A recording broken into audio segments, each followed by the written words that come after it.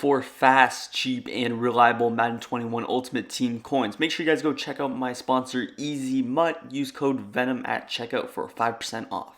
Yo, what's good guys, Venom Fire here back from the video, and today I'm bringing you guys another run offense in Madden 21. This one's going to be out of the single back wing stack in the New Orleans Saints offensive playbook. One of the most underrated formations to run the ball out of every single year. Really does have a lot of good running plays. We're going to go over some of the standard stuff, but I also have another kind of unique run that I like to go to a lot out of this formation particularly.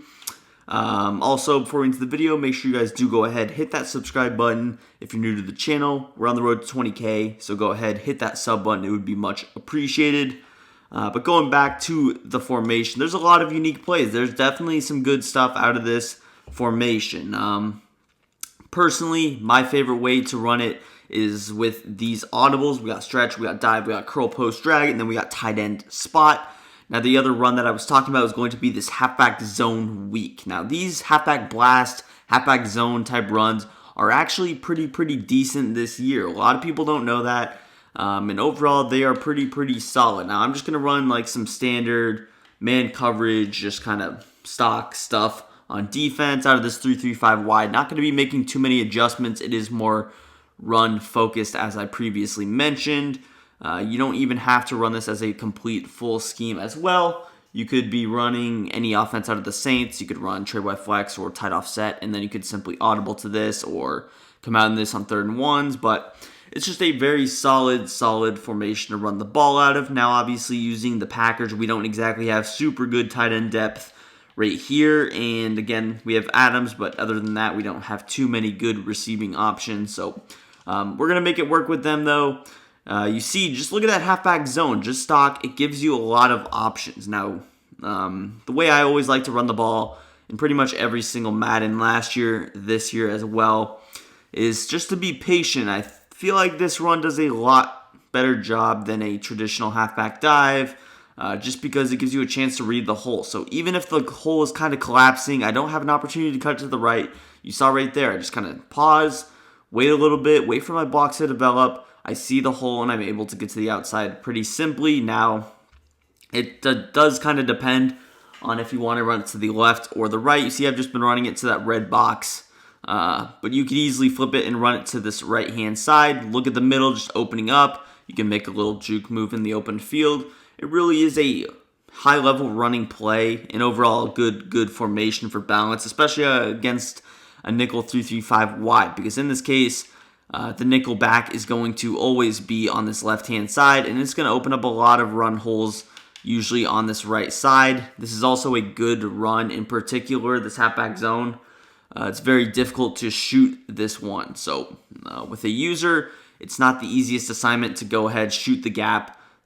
Just the blockers develop really well up the field, and I'm not sure there's exactly a super good way to do that. Even if they did, there's still, again, a cutback option right here. Ooh, I'm going to cut it back. I can juke outside.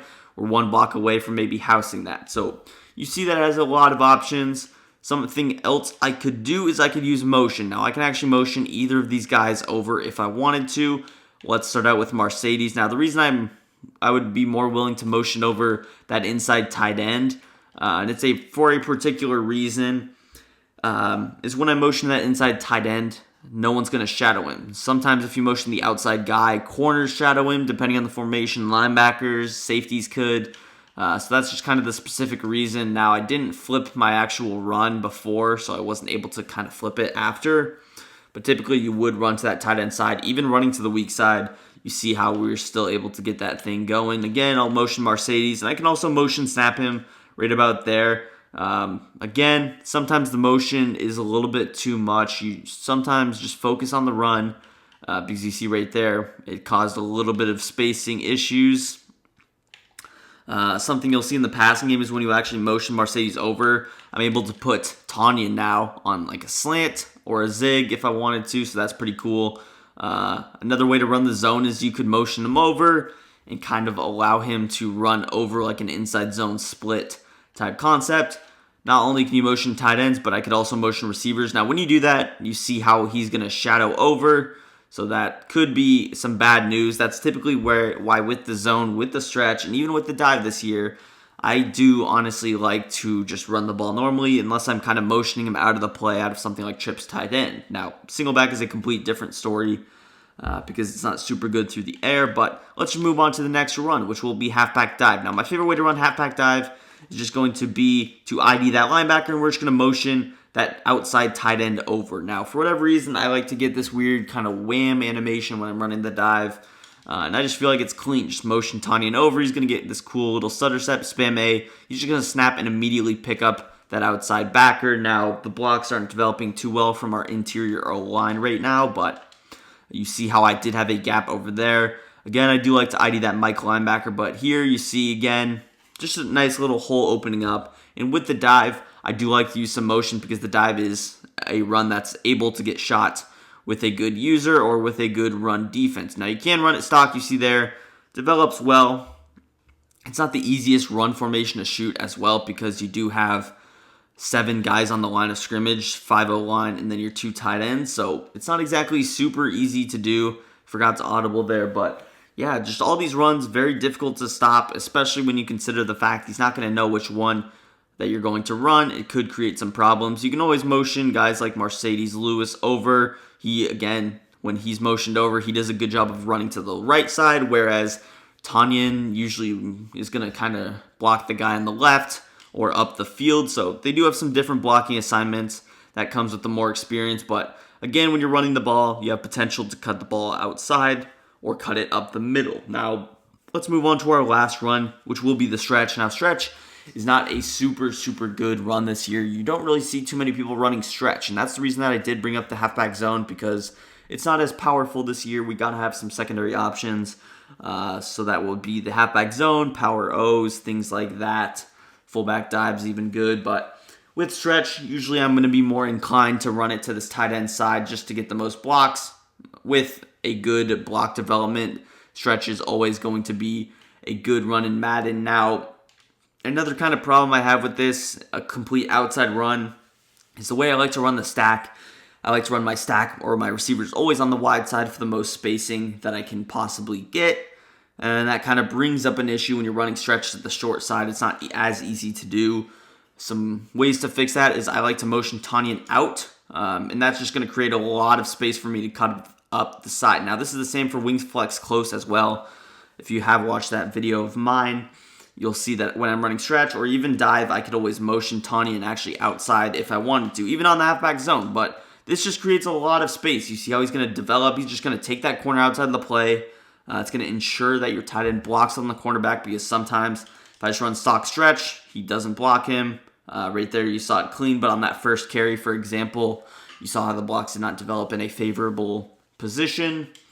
You could realistically run it to the left-hand side. Let's run that. You see how Devontae just blocks nobody, and sometimes with these stack formations, the blocks of the wide receivers do develop in a way that sometimes can be a little bit weird. So again, you see how Devontae is just kind of running straight up the field. That's not something that's super favorable. If I were to run stretch maybe to that weak side, maybe I motion over Lazard. I create a better blocking concept. I can kind of ID that player, and now Devontae's going to block him. We did get shedded on the outside there because I actually forgot to put in Bakhtiari at the left tackle position, so that's my bad, but you see how you can definitely do some deception. I can actually run away from the side that I'm motioning to. There we get a good block, and now we have some opportunity. So running the ball is still a very good and fresh concept in Madden.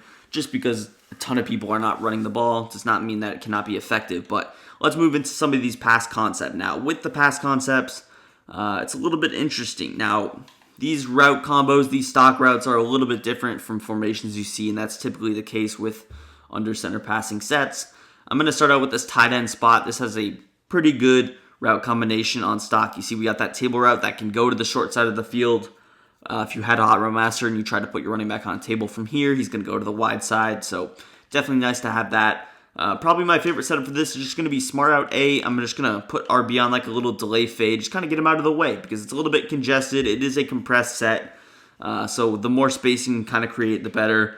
Although compressed sets are typically a little bit better to run the ball out of. But as far as this left side, I like to kind of motion Lazard out just to give me a little bit more space. Against man, you're going to have a whole lot of options right off the bat. That zig route is very solid as we get some nice jukes in the open field, but zig route definitely solid. I don't believe that this guy can actually get pressed, so that's nice. You could actually use that to your advantage. Now, I'm not in stock necessarily press man-to-man. I am in man-to-man coverage, though. So, anyways, the setup, again, is just a smart out A and delay fade RB. Again, I like to leave the zig. I like to leave that dig route. You see, even a guy like Mercedes Lewis going to get some nice separation on that corner out. It's nice quick breaking, so it's more of a man coverage beater. And you will see, if you're running under center sets, you're way more likely, at least in my experiences, to see man-to-man coverage. That's why I'm running it, because anytime I run under center, I'm seeing, man-to-man. He's going to try and user rush you, user blitz you, just going to run some man-to-man. He doesn't think you have good route combos. He's going to kind of just bring everybody in the box, defend the run, and run stock man-to-man across the board. So there's ways to take advantage of that. The best way usually is just to make hot reads, quick reads, just trying to get the ball out. You can snap throw that table route, even against like a corner. He's right there. You can usually just quick snap throw that table route, and you see that out of shotgun. But yeah, tight end spot, again, there's some other things I could do realistically.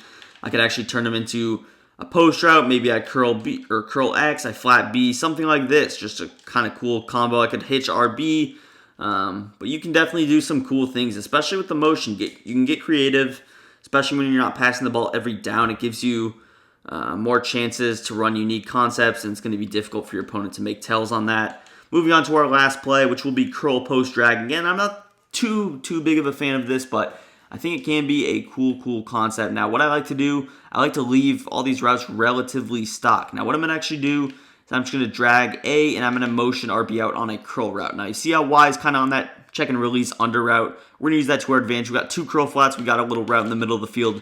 Just nice basic route combo, especially, he's sending heat. You like to spread your guys out.